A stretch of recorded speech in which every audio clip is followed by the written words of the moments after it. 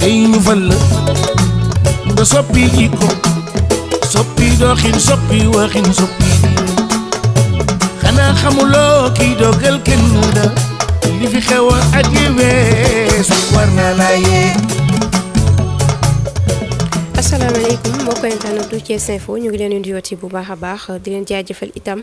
saa su nekk seen ànd ak ñun fii ci biir Thiès Info ñu di kaat ak yéen seen émission bi la di politique à Thiès niñ ko safoo di defee saa su nekk rek ñu ànd fekk ay ndaanaan fii ci biir Thiès waaye itam ci Sénégal wërngal képp fas yéene waxtaanee lépp lu nga xamante ni actualité la jëmale ci langue politique gi noonu lañ ko defaatee rek tey ji dalal fii ki nga xamante ni itam ndaanaan la ca wàll mu nekk muy wuyoo ci turu Mountaga Sall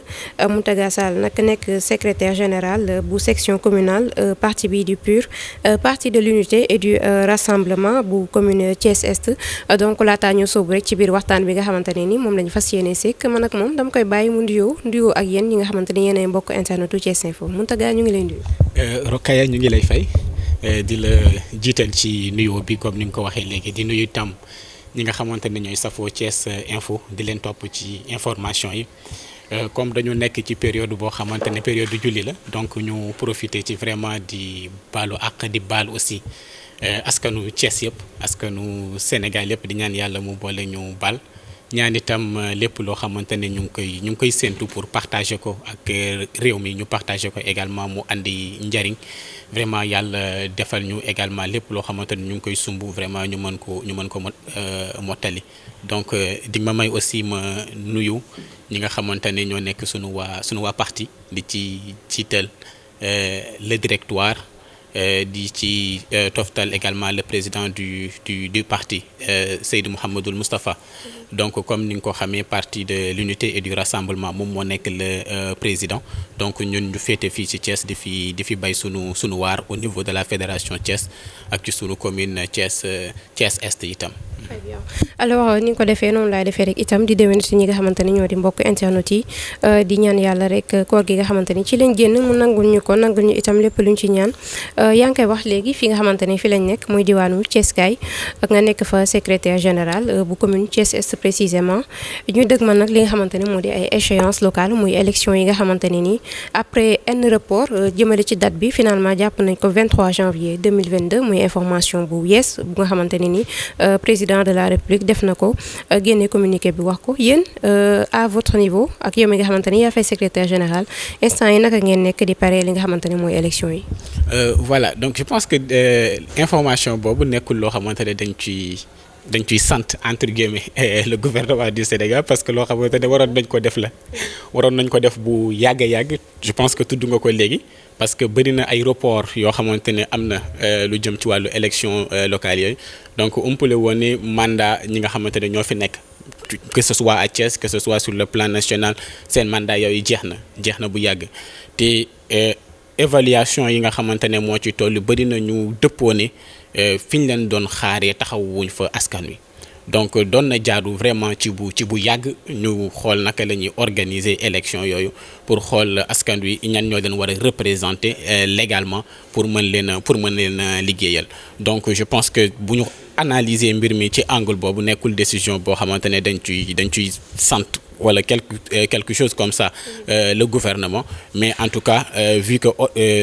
fixé nañu date pour ñu mën a dem ci élection locale yooyu donc comme ni nga ko xamee PUR parti politique la te ku tudd parti politique dafa am vocation pour dem dagaani ji baatu askan wi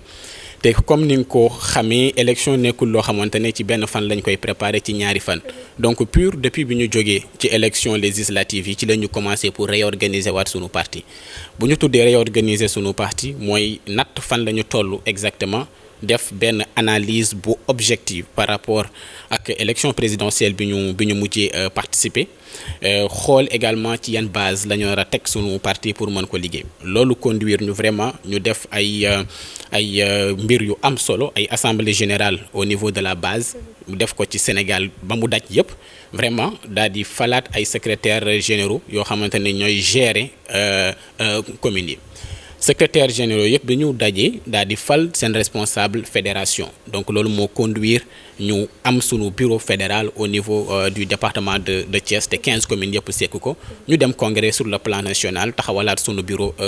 politique te liggéey boobu tàmbali nañ ko depuis bu ñu jógee ci élection présidentielle yi juste pour dire que élection nekkul ne loo xamante ne benn fan lañ koy waaj mais processus la donc parti bi moo war a fexe vraiment naka lay organiser woo sur le plan interne ba élection bu jotee rek fekk ne pare nañu pour mën a dem participer ci jogante yooyu. Très bien réorganisation institutionnelle boobu ngay wax sax daañu ci dellusiwaat ak surtout au niveau national li fi xew fii ak ki nga xamante ni moom mooy coordonnateur national bi muy le professeur Issa Sall li fi xew ak ki nga xamante ni itam mooy seen leader Serigne Moustapha Sy loolu daañu ci dellu ci suñu biir waxtaan mais concrètement puisqu'on parle de politique ku ko wax xam ni terrain politique aussi dafa laaj préparation yéen au niveau des activités concrètement sur le terrain quelles sont les actions wala activités yi nga xamante ni vous avez eu à les mener. laaj la boo xamante ne damay am cawarte am vraiment fierté ci tontu ci parce que comme ni ma ko waxee seeni naataango yoo xamante ne jot nañu sekk ak ñoom ay waxtaan pur yàlla dafa dogal façon liggéeyin bi ñu jël moo nekk dem impacter directement société bi xool yan mots ñooy gangréner fonctionnement société bi ñu xool naka la ñuy apporter sunu pierre à l'édifice naka la ñuy apporter sunuy xalaat naka la ñuy apporter sunu doole vraiment pour ñu mën a andi ay saafara ci lu jëm ci wàllu woowu. Et depuis comme ni ma la ko waxee léegi bi ñu defaree sunu réorganisation ba pare ñu ngi jëmmal ay activités yu bari je pense que Thiès Info ñu ngi leen di sant vraiment ñëw ngeen lu bari couvrir sunuy programme au niveau de notre commune organiser nañu fi benn séminaire bu mag jagleel ko acte 3 de la décentralisation woo ci parti politique yu bari fii ci Thiès nekk ci kujje gi ñu toog sekk waxtaan xool naka la ñuy càmbaree acte 3 bi génn ci ay perspectives yu am solo yoo xamante ne vraiment dinañu permettre ñu mën a dëxëñ loolu lépp ci benn feuille de route bu ñuy permettre ñu mën a jëmmal liggéey bi. dogguma la Mountaga puisque yaa ngi wax jëmale ci li nga xamante ne moo di acte 3 bi occasion la aussi ñu waxale ci jëmale ci li nga xamante ne mooy découpage de la région de Dakar gis nañ ko ak coow li nga xamante ne moom la fi jur commune bu Bambilor ñi nga xamante ne ñëw di conseiller municipal yi aussi ñi génn daal di wane seen désaccord wax ni rek ànduñu ci parce que conséquences yi muy jur ñun ñëpp xam nañ ko puisque yaa ngi wax ni yéen ngi doon def panel jëmale ci acte 3 boobu war nga cee mën a sànni ay kàddu laata nga continuer. D'accord mais dinaa ci ñëw waaye may ma jeexal fi ma ci laaj bi nga ma laaj léegi maanaam ci activités yi nga xamante ne jëmmal nañ ko donc loolu benn poñ la rek boo xamante ne parti bi liggéey da ci mais bëri na ay formation yoo xamante ne def nañ ko par exemple bu ñu jëlee ci département de Thiès formé outillé nañ fi plus de 400 femmes ci pâtisserie yi xool naka lañ leen di jàppale parce que gis nañu ne jigéen ñi ñu organiser leen jox leen xaalis rek doyul mais su fekkee ni encadré nañu leen ba ñu am ay piste yoo xamante ne mën nañ ci liggéey donc loolu bu ñu leen financé dafay nekk benn encadrement bu leen di permettre ñu mën a jëmmal ay activités économiques yu am solo. Est-ce que projet yooyu mu ngi am suivi. Effectivement projet yooyu mu ngi am suivi ba ci tout récemment rek jot nañu ay témoignages yu am solo ba ci koor gi jigéen ñu bari di témoigner ne vraiment gis nañ ci seen bopp parce que ñu ngi commercialiser sax d'ailleurs te ñu ngi xalaat leneen parce que boo tuddee Thiès Carrefour la daanaka Kayar a ngi fi yëpp ci département de Thiès la bokk ñu ngi xalaat sax ay jumelage naka la ñuy defee pour zone yi nga xam ne dañuy am jafe-jafe pour jot ci wàllu jën zone yi nga xam ne dañuy am jafe-jafe pour jot ci ay wàllu légumes et pourtant boo xoolee côté Diender ak zone yu ni mel daanaka activité yooyu dafa am solo nga xool également ci beneen côté bi vers Fandène nga xool également lu jëm ci beneen wàll wi mbir yooyu dafa xaw a taggatémbe tuuti ñu ngi xool au niveau du département de Thiès naka la ñuy créer ay jumelage pour jigéen yooyu ñu mën leen jàppale loolu ay activité la yoo xamante ne yu am solo la te ñu ngi koy jëmmal ci wàllu parti bi au niveau du département de Thiès au niveau de notre commune et tout récemment seeti nañu je pense que seen site bi ñëwoon ngeen couvrir ko la pouponnière sourire bébé yóbbu fa ay ndimbal yu am solo vraiment jàppale leen ko ci turu parti bi ci turu le président du parti pour jukki ci loolu rek pour wax la vraiment y a un travail extraordinaire boo xamante ne ñu ngi koy jëmmal mais dafa fekk ne rek defuñu ko comme ñeneen yi nuñ koy defee ñun dañuy fexe pour naka la ñuy impacter population bi sans tambour ni trompette comme on dit vraiment pour opérer autrement def la politique autrement une politique au service de la nation. pourquoi tey ji ce choix là. laaj bi nga tudd léegi par rapport ak acte 3 bi ak morcellement bi nga xamante ne commencé nañ ko saytu bon mën nañ ko analyser ci plusieurs angles façade bu njëkk bi da ngay comprendre ne lu jëm surtout ci wàllu commune de Kër Massar pratiquement xam nga ñoom boo xoolee askanu Kër Massar yàgg nañu di ñaan pour Kër Massar ñu def ko département tu vois donc ñoom mbir moomu mën na leen arranger. mais boo xoolee tamit ci façon bi ñu koy defee parce que boo jëlee par exemple Rufisque mën na gagner ci pôle bu Diamniadio di gagner également ci Lac Rose donc loolu ay recettes la yoo xamante ne lu am doole la ci département bu Rufisque. maintenant pourquoi pas ak ni ñu bëgg a doxalee morcellement boobu fexe pourquoi pas Kër Massar ñu mën ko séddee lu jëm ci wàllu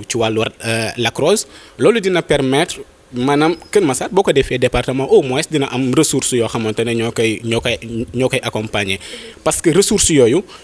mooy permettre vraiment pour que ce soit département yi que ce soit communes yi ñu am loo xamante ne dinañ ci mën a teg seen tànk pour mën a liggéey lu jëm ci wàllu askan te ressources yooyu tumuranke na lool ba ci fonds yi nga xamante ne sax également fonds de dotation yi da ngay gis ne daanaka. séddale bi demeewul noonu bu dee sax séddale baa ngi am mais séddale bi en tout cas demeewul noonu ndaxte dañ koy xaaj ñetti parti bii bukki lañ koy jox bii nduur bii sàmba lañ koy jox bukki bi jox ko ñoo xamante ne ñoo bokk parti nduur jox ko ñi nga xamante ne seeni alliés lañu sàmba jox ko ñi nga xamante ne bëgg nañu leen xëcc vraiment pour ñu mën a allié wu ñu attirer leen ko moo tax loo ci gis maire yu bëree bëri dañu leen defal je pense benn métamorphose en tout cas lavé nañu seen xel ba ñu jàpp ne maire bu àndut ak nguur mënoo liggéey du sotti te ñoom ñëpp loolu la ñuy perception boobu la ñuy amee parce que tout simplement fonds de dotation yi séddale bi ci war defeewuñ ko noonu ba ci fonds de dotation yi tamit boo ko càmbaree bu baax da ngay gis ne lu ci ëpp daanaka ci fonctionnement lay dellu jox ko ay agence yoo xamante ne daanaka seen njariñ mën nañu wax ne demeewul noonu ba ci l'association des maires di jël ay fonds yu ni mel vraiment ne dañ leen ci jàppale et pourtant ay fonds la yoo xamante ne ci TVA yi lañ koy dagg donc loolu waroon na vraiment servir ñu développer askan wi waroon na servir vraiment ci développer ay projets yu am solo au lieu di ko utiliser pour des fins politiques tout simplement donc yëpp dañ koy gis ay gàllankoor ci mbir mi. alors tey jii pour revenir ci li nga xamante ne moom mooy seen parti PUR yaa ngi koy junj léegi ci say biir kàddu yi vous faites la politique autrement loolu ngeen di prôné dem ci li nga xamante ne mooy askan wi jige leen xool lan mooy seen ay jafe-jafe ngeen jéem ko saafara kenn du leen dégg ci dara ni nga ko waxee pour reprendre vos termes sans tambour ni trompette mu mel ni yéen parti bu yaru ngeen ci niñ ko mën a waxee bëri woo leen wax gars yi dañuy dem ba sax nan waa PUR ñoom ay religieux lañ c'est un parti religieux pourquoi ce choix là aujourd'hui d'abord fi nga li nga wax léegi ne kenn du leen dégg ci dara ñu ngi ñuy dégg sur l'essentiel. mais bëri woo leen coow comme gars yi niñ fi nekkee. coow xam nga olof yi am na lu ñu wax nee na coow ma ca pindu teen ba gars yi amul bac la. kon gars yi amuñu bac. xam nga un parti politique su fekkee ne amoo programme amoo contenu amoo ay activités ay actions yu concrètes yoo mën a teg ci loxo askan wi mais li nga mën a def lenn la. namm sa làmmiñ wër ci télévision yi wër ci plateau yi ku nekk nga xarab ko ku nekk nga teg loo xamante ne jaaduwul ci deram loolu rek ngay mën. léegi yan mooy parti politique yi nga xamante ne amuñu ay actions concrètes. non mais attends mais bu ñu jëlee fii par exemple ci sunu wàllu Thiès mais ñëpp ku xool di nga gis parti politique yoo xamante ne ñu ngi œuvrer ci intérêt askan. du ci baaraam ñu gis. non mais lu ne fàng kenn du ko jeex. wax rek du ci baaraam puisque yow yaa ko wax yow yaa ko affirmé. lu ne fàng kenn du ko jeex en tout cas ce qui est clair et que askanu Thiès reconnaître nañ ko mooy gis nañu seen bopp ci politique sociale bi nga xamante ne PUR mu ngi koy def te tout le temps yéen ñi nga xam ne yéen a ngi ci terrain bi di def ay reportage da ngeen di gis ne sax askan wi dañuy demander sax pour PUR affiché wu mel ne pour PUR affiché wu dafa nekk benn demande sociale. mooy tu reviens di appuyer li nga xamante ne moom laa doon wax mooy kenn du leen dégg. non PUR affiché wu maanaam boo ko déggee mooy pour PUR maanaam gën a ñëw jël li nga xamante ne askan wi moom lañ ko yéene parce que askan wi vraiment am na mébét vraiment pour ñu mën leen a taxawu ci ay poñ yu bari te nu ñu gisee vraiment ñu koy defee ci yeneen quartier di ko defee noonu Silema di ko defee noonu ay DVF di ko defee noonu ci yeneen zone ba ci boo jëlee ci yeneen communes yi tey par exemple loolu mu ngi nekk une demande sociale ba partout ici à Thiès askan wi di ko réclamer politique bi nga xamante ne PUR moom lay def te témoignage yooyu dañ koy recevoir à chaque fois. Vraiment ñun axe bi ñu jël mooy fexe pour def benn politique boo xamante ni day nekk politique boo xam ne pour servir lay doon pour xool yi nga xamante ne war nañ ko joyanti ci société bi ñu dem joyanti ko tout simplement te PUR foofu la teg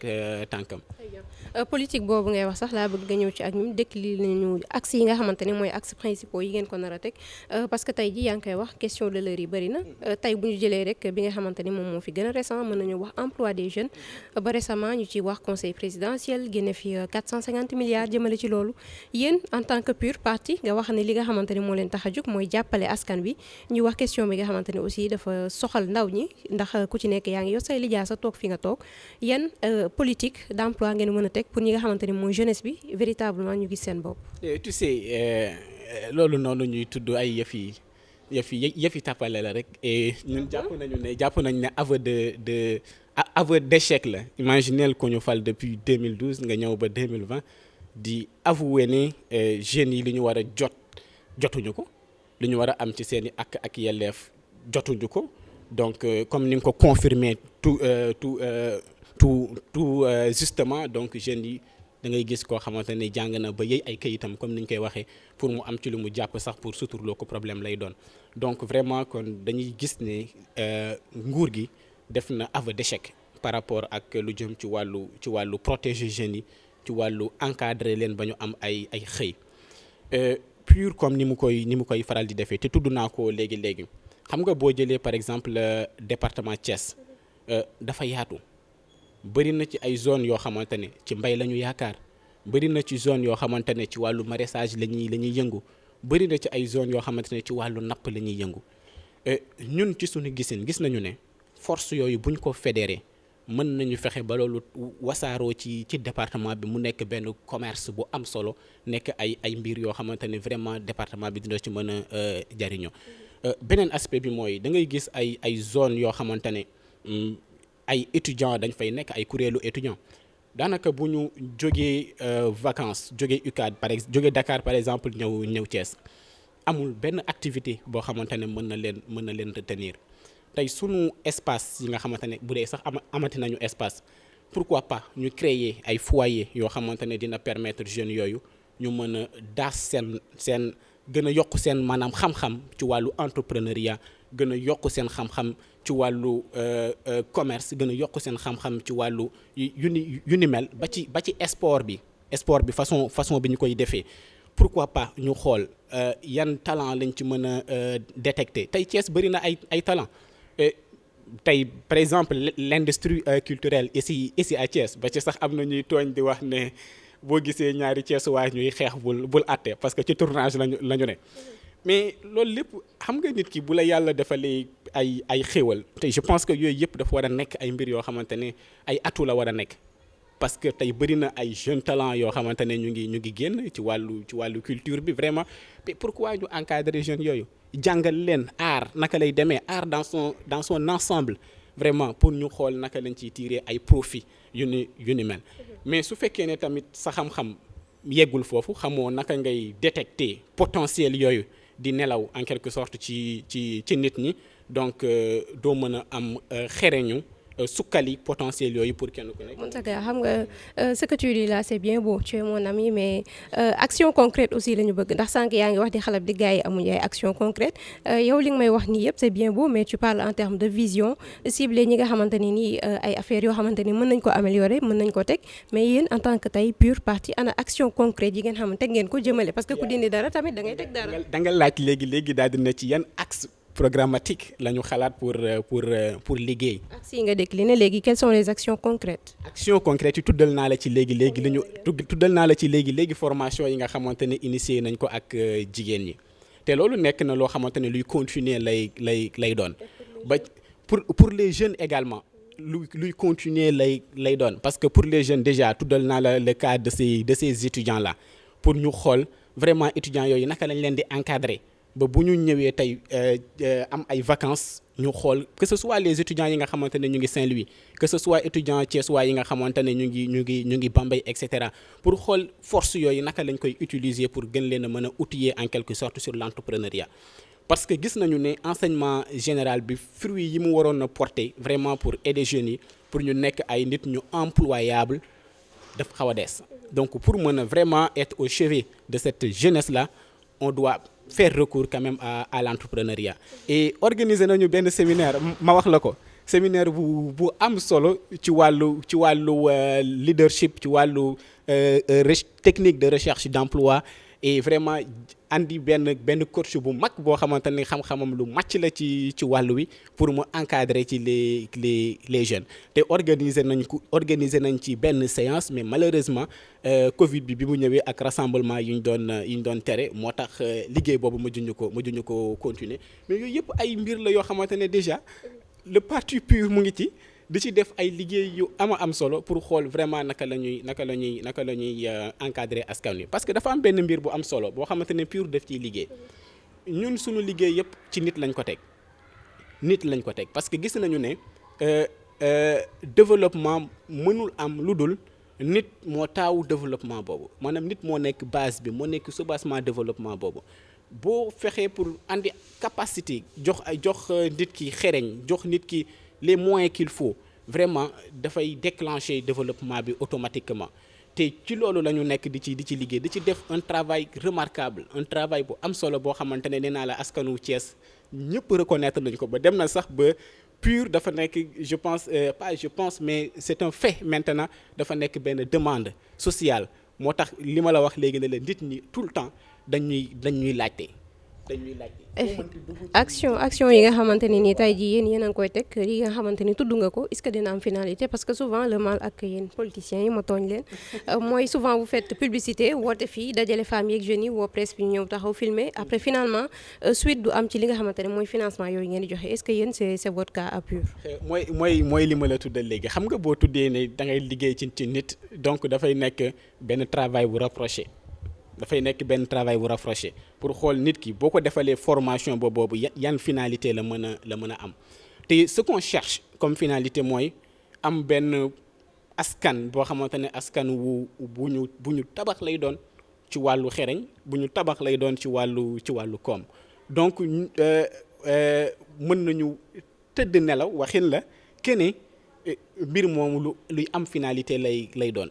parce que ndaw yu ñu ko sekkal et je pense que dégg ngeen ko ci jamonoy élection yi ay ndaw yu engagé lañu ay ndaw yoo xamante ne tabax seen gox moo leen yitteel ay ndaw yoo xamante ne participer sur le développement moo leen yitteel moo tax c'est un travail boo xamante ne vraiment dañ koy def ak suivi bi war pour mu andi meññeent yi war te meññeent yooyu vraiment naataange lay doon incha allah. Pour revenir un peu ci restructuration bi nga xamante ne yaa ngi ko doon wax sànq tout au début de notre émission seen partie stabilité bi xawoon naa yëngu jamono yi nga xamante ni ci lañ génn au niveau national ki nga xamante ne moom mooy seen coordonnateur ki ko nekkoon le professeur Issa Sall il y a eu problème ak ki nga xamante ne moom mooy seen leader Serigne Moustapha récemment aussi ki nga xamante ne mooy Serigne Mbacké Bara Dolly di député génn wax ni moom dafa doon recevoir ay pots de vin ngir soutenir candidat bi nga xamante ne moom mooy Macky Sall ci élection yi passé yow en tant que secrétaire général parti PUR commune Thiès Est ana lan ngay wax tey ci loolu leeral ko mbokk internet yi nga xamante ni ñoom ñoo ngi lay seetaan parce que aussi bëgg nañ xam problème bi à quel niveau le situé wu. da nga poser ñaari question à la fois ci benn question. parce que daf ko laaj parce que en fait. d'accord bon dinaa ci ñëw benn d'abord da nga wax ne seen parti xaw na yëngu mës am. amul non dañ ko doon nëbb quand même Mountaga mais il faut ñu reconnaître ko parce que mës am faaw ma andi la ci ay leeral même sax su fekkee ne da nga jàpp ne yëngu moo am ma xamal la ne avion buy décoller ba yegg ci benn stade bi parfois mu traverse ay zone de turbulence mais loolu non pour rejoindre la ci sa logique yow bi jàpp ne ay yëngu am na moo tax ma wax la loolu non du man gars yi man toogaluma fi kenn Mountaga donc gars yi laa fi toogal ñoom dañu bëgg a xam donc ñoom laay poser ay questions. ci la juge gars yi jàpp ne yëngu-yëngu dafa amoon ma xamal leen ne suñ fekkee ne ñoom dañoo jàpp ne yëngu-yëngu am na mani leen avion buy décoller à un moment donné dina traverser ay zone de turbulence mais avion buy dem mooy traverser loolu donc loolu beneen aspect la et beneen aspect bi mooy boo xoolee processus bi ma la décliné léegi partie normale pour wax la donc parti yi ñuy jàppee parti normal fii ci Sénégal bariwul mais un parti normal buy defaraat ay structure de base am dafa war a jaar ci congrès te ku tudd congrès tudd ne militants yi ñoom ñooy daje parce que militants yi ils ont quand même le droit de dire oui ils ont le droit de dire non ci fonctionnement parti bi tey amul benn parti ici au Sénégal bu amee it bariwul wala man tamit yëguma ko boo xamante ne mu ngi doxee démocratie boobu te nag gis nga affaire yi bu mu bett kenn ñi nga xamante ne dañ leen di dénk maire yi ñuy doxal lu leen neex wala ñu dénk leen réew ñuy doxal lu leen neex mais explication bi yomb na c'est parce que seen parti amul démocratie koo xamante ne sa environnement bi nga nekk mësta am démocratie kooku quand même bu ñu la dénkee nguur wala ñu dénk la ab maire yi ay la yéwén bu nit ñi xaar démocratie ci yow donc loolu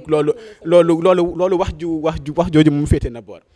mais c'est naturel parce que loo xamul mënoo ko jëfee loo nekkul ndongoom mënoo nekk sëriñam te ñun suñu parti bu am démocratie la base bi ñoom ñoo daje comme ni ma la ko waxee fal seeni secrétaires généraux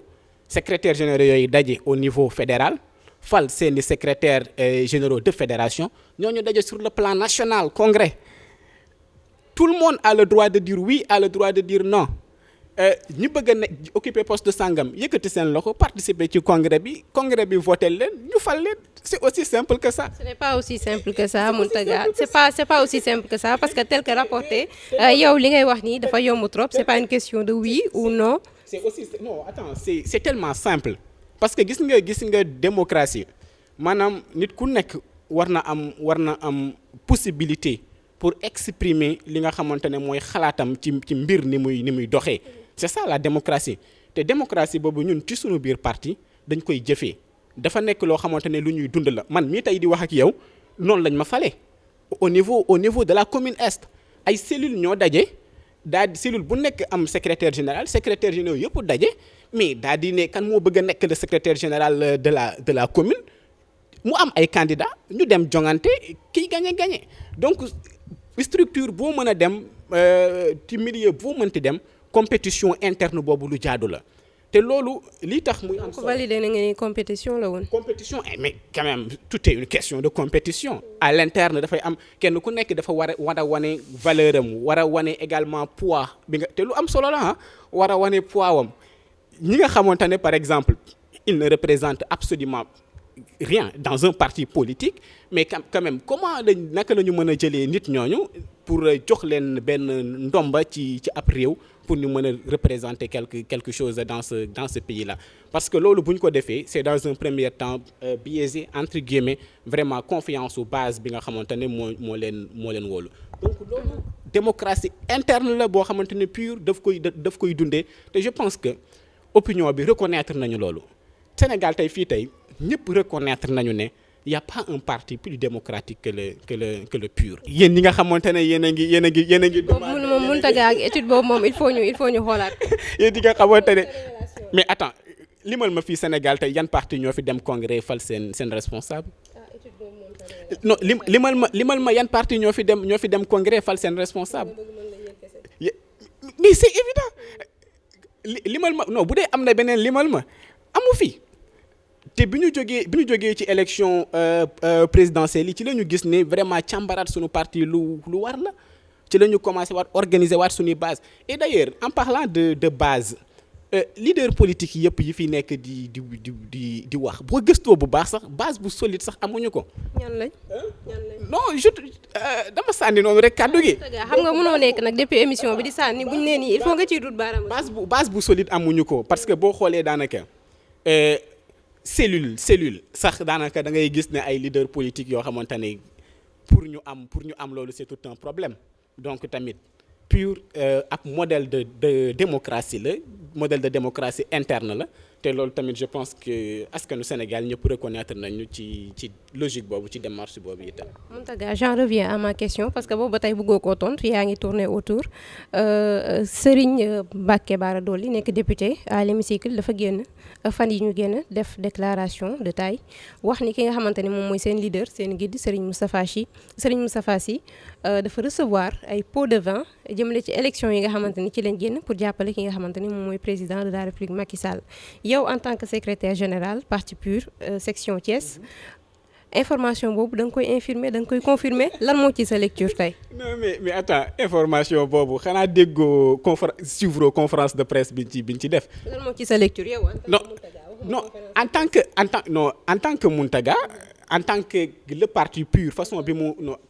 bi mu raisonné leer na ci wàllu woowu. c'est au niveau national man sa opinion au niveau national au niveau interne ñun ñëpp xam nañu ne loolu amul et d'ailleurs ñun dañu yàgg ci parti bi depuis 2019 ak ñu ko sekkal militant PUR yëpp def ay sacrifices yu jéggi dayo ci élection 2019 yi participer ci événement Tamba yi moi qui te parle maa nekkoon le secrétaire général national des étudiants participer ci événement Tamba yi participer ci événement Kolda yi bi ñuy croiser ak convoi Macky Sall ñu ne ñu du ngeen jàll pour wax la preuve de dictature du ngeen jàll parce que Macky Sall mooy jàll en tant que dictature la en tant que mais quand même soyons sérieux en tant que candidat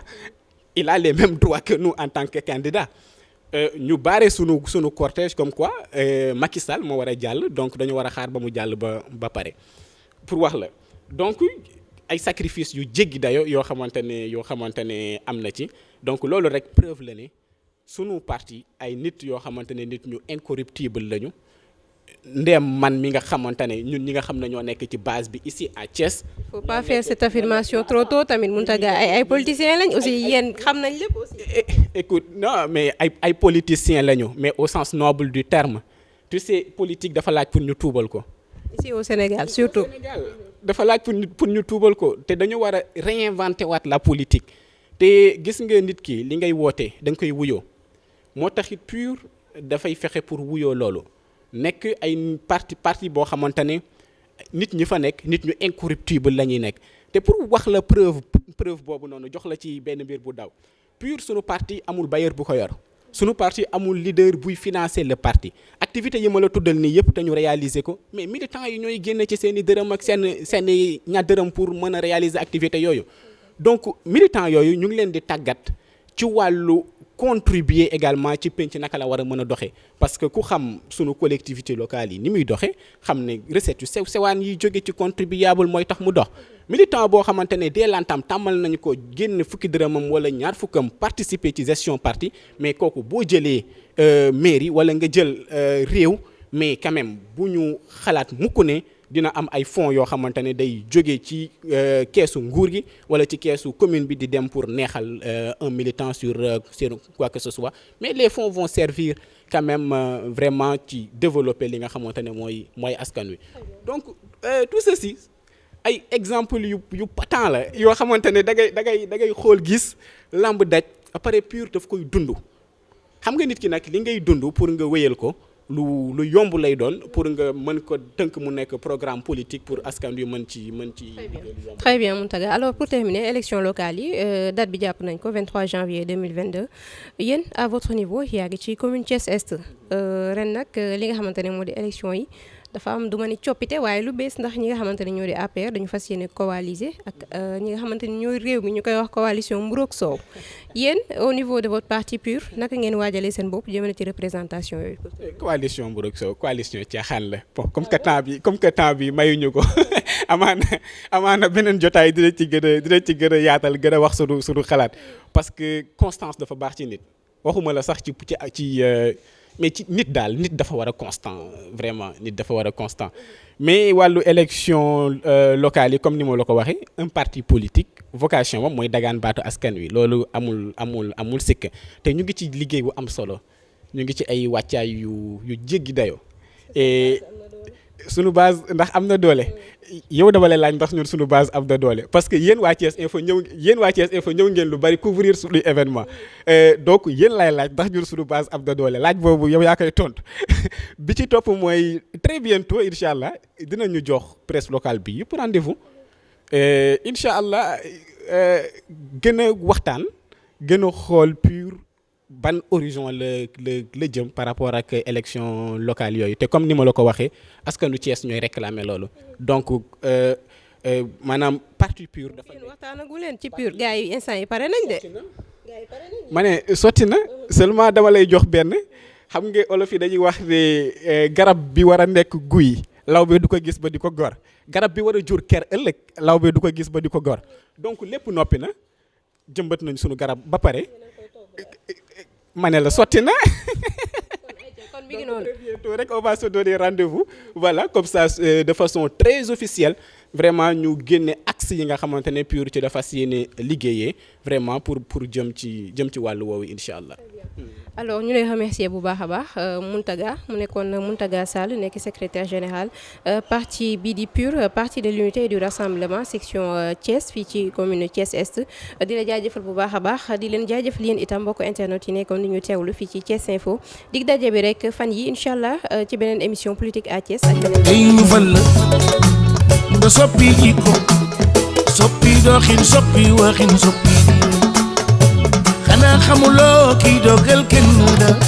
li fi xew at yi weesu war na laa